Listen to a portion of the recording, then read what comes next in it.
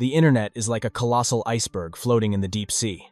The tip you see above the water is the surface web, the glitzy, glossy stuff everyone knows.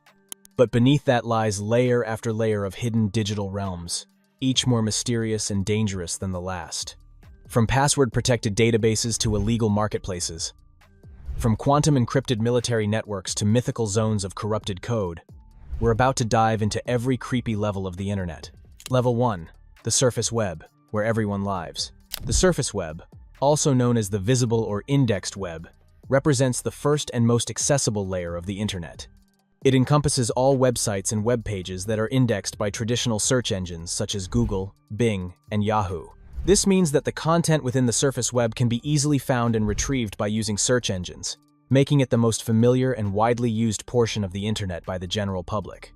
Here you're scrolling through Instagram, watching posts, laughing at meme recaps, and keeping up with the juiciest news. You might be checking deals online, asking the weirdest questions on Reddit, or discovering content on various platforms.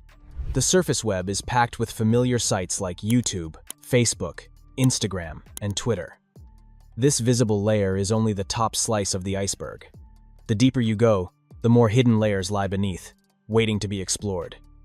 Although the surface web is vast, it actually represents only a small fraction of the total content available on the internet. Estimates suggest that it only comprises less than 10% of all online data. The remainder lies beyond the reach of standard search engines and is categorized as the deep web, and further down, the dark web. Level 2. The deep web, the private internet.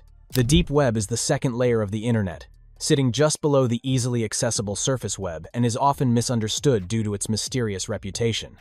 Unlike the surface web, the deep web consists of web content that is hidden from search engine crawlers. This layer includes all the online data and services that are not indexed and therefore do not appear in typical search engine results.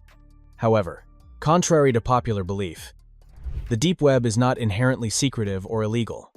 It simply contains information that is behind logins, paywalls, or other access controls. The majority of content on the internet actually resides within the deep web. This includes anything stored in private databases, dynamic pages generated in response to specific queries, academic journals behind subscription walls, personal email accounts, online banking systems, medical records, and more. Making up roughly 98% of the internet, the deep web isn't indexed by your everyday search engines. To explore its depths, you'll need to add a bit of tech, as links are often buried in source code and need to be decoded. Though mainly used for secure, legitimate purposes, this realm has its shadowy side. Here you might encounter banned movies or videos that governments would rather keep out of reach. When someone logs into their email or accesses their bank account online, they are navigating the deep web, not the surface web. Accessing the deep web does not require any special tools or software beyond a regular web browser. What is required, however, is knowledge of where the content resides and the proper credentials or permissions to access it. Level 3. The dark web, where anonymity rules. The dark web is the most concealed and least accessible layer of the internet. It is intentionally hidden and cannot be accessed through standard browsers or indexed by conventional search engines like Google or Bing. Instead, the dark web requires specialized software, most notably Tor, which is designed to anonymize both users and hosts. To access this hidden realm, you need the Tor browser, part of the Onion router network. Picture sending a letter through a maze you know where you start and end, but the path in between is concealed. That's how Tor keeps your online journey encrypted and anonymous. Websites on the dark web use encrypted networks and operate under special domains, typically ending in onion rather than the standard .com.org. Onion routing works by sending data through a series of volunteer-run servers or nodes, each of which peels away a layer of encryption like the layers of an onion. This system makes it extremely difficult to trace the origin or destination of data, ensuring high levels of privacy for both site operators and users. The dark side: illegal markets and forbidden content. Personal info, like credit card numbers and banking logins, can be purchased for surprisingly low prices, while fake passports can fetch thousands. Dark web marketplaces function like Amazon, complete with ratings and reviews, but for illegal goods. There are services ready to break into accounts or launch DDoS attacks. The content found on the dark web is incredibly varied. On one hand, there are markets that trade in illegal goods and services, including drugs, firearms, counterfeit documents, and stolen data. Silk Road, launched by Ross Ulbricht, also known as Dread Pirate Roberts, was notorious for trading illegal drugs and contraband, operating as a free market experiment hidden from government oversight. But success attracted law enforcement, leading to Ulbricht's arrest. Another troubling corner is revenge sites. These platforms let users anonymously post explicit photos of their exes without consent, often exposing victims' personal info and social media links. Law enforcement's attention during operations has led to the shutdown of many such sites.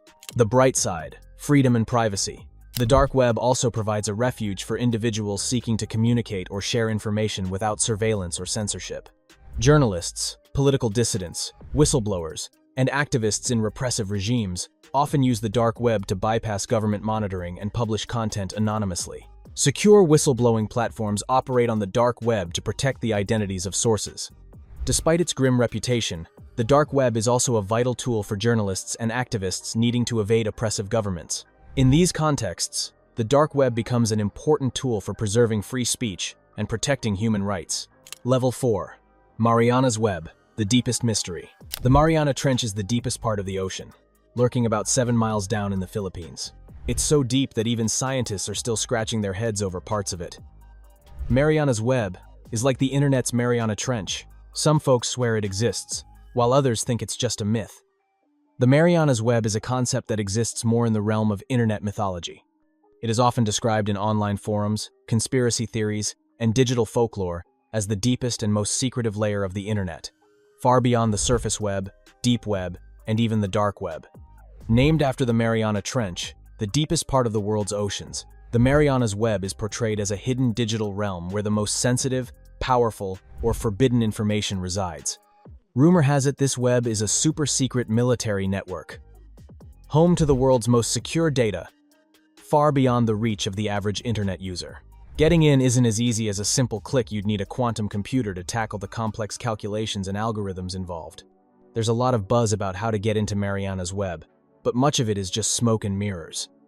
Some even claim it holds secrets about the Illuminati. According to the lore, the Mariana's Web is inaccessible through any known software or browsing method used for the other internet layers. It is said to be encrypted with quantum-level computing and protected by protocols far beyond the capabilities of modern technology.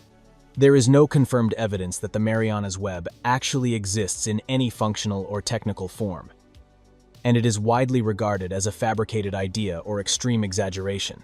Level 5. The intermediary layer. The bridge between worlds. The intermediary layer serves as a bridge between Mariana's Web and what's often called the fog or virus soup. In this space, users can easily attract unwanted attention from dangerous players, including criminals involved in drug trafficking and human smuggling. It's said that navigating this layer might require the power of quantum computing. The mediator layer, often referenced in speculative internet models rather than official networking standards, is described as a transitional zone between the more accessible layers of the internet and the deeper, more obscure layers. Though not officially recognized, the mediator layer is theorized to act as a gateway or buffer, providing a controlled or semi-obscured access point to the deeper and more secretive parts of the digital realm. Level 6. The fog, virus soup, digital chaos. The fog, also known as virus soup, is a term rooted in internet folklore, referring to an alleged layer of the internet where chaotic, unregulated, and often malicious digital activity occurs.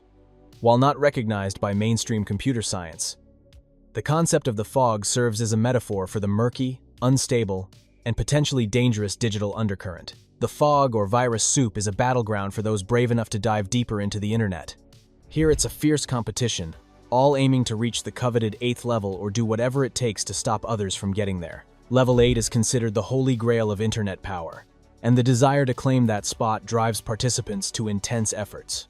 In theory, this layer consists of unmanaged data and code that were once active parts of higher web layers, but have since decayed, mutated, or been abandoned. Some believers of the concept claim that viruses and self-replicating bots drift endlessly in this layer, infecting any accessible system that drops too deeply into the network's unregulated regions. Level 7. The Primarch System, the ultimate control. The Primarch System is the ultimate enigma of the internet, cloaked in mystery and intrigue. It's rumored to hold control over the entire internet, operating beyond the reach of government oversight and traditional authority. First noticed during deep web scans back in the early 2000s, the Primarch system is largely unresponsive, sending out unchangeable commands. Even cutting-edge technologies like quantum computing can't crack its code. The Primarch system is a concept drawn from speculative models of the internet that explore its deepest and most mysterious levels. It is often described as the theoretical base layer or core of the internet's entire structure, a digital layer where the foundational mechanisms of data control, system behavior, and information flow are not only hosted but actively governed by autonomous, possibly sentient systems. The true nature and purpose of the Primarch system sparked intense speculation. Some theories suggest it's a covert control mechanism, while others believe it's an experimental networking framework. Whatever it is, it unveils a hidden side of the internet that remains a mystery to most users. It is believed to exist beyond human reach in both physical and logical terms, impervious to modern tools, systems, or protocols. The internet's hidden depths, from the surface web where we spend our days scrolling and shopping, to the deep web protecting our private information, down to the dark web's anonymous marketplaces, and finally into the mythical realms of Mariana's Web, the fog. And the Primarch system, the internet, is far more complex and mysterious than most of us realize. Whether these deeper levels truly exist or are simply digital folklore, they remind us that the internet we know is just the tip of an enormous iceberg. What lies beneath continues to fascinate, terrify, and inspire endless speculation about the true nature of our connected world. Thanks for watching, and if you learned something, make sure to leave a like and subscribe for more explorations into the internet's darkest corners.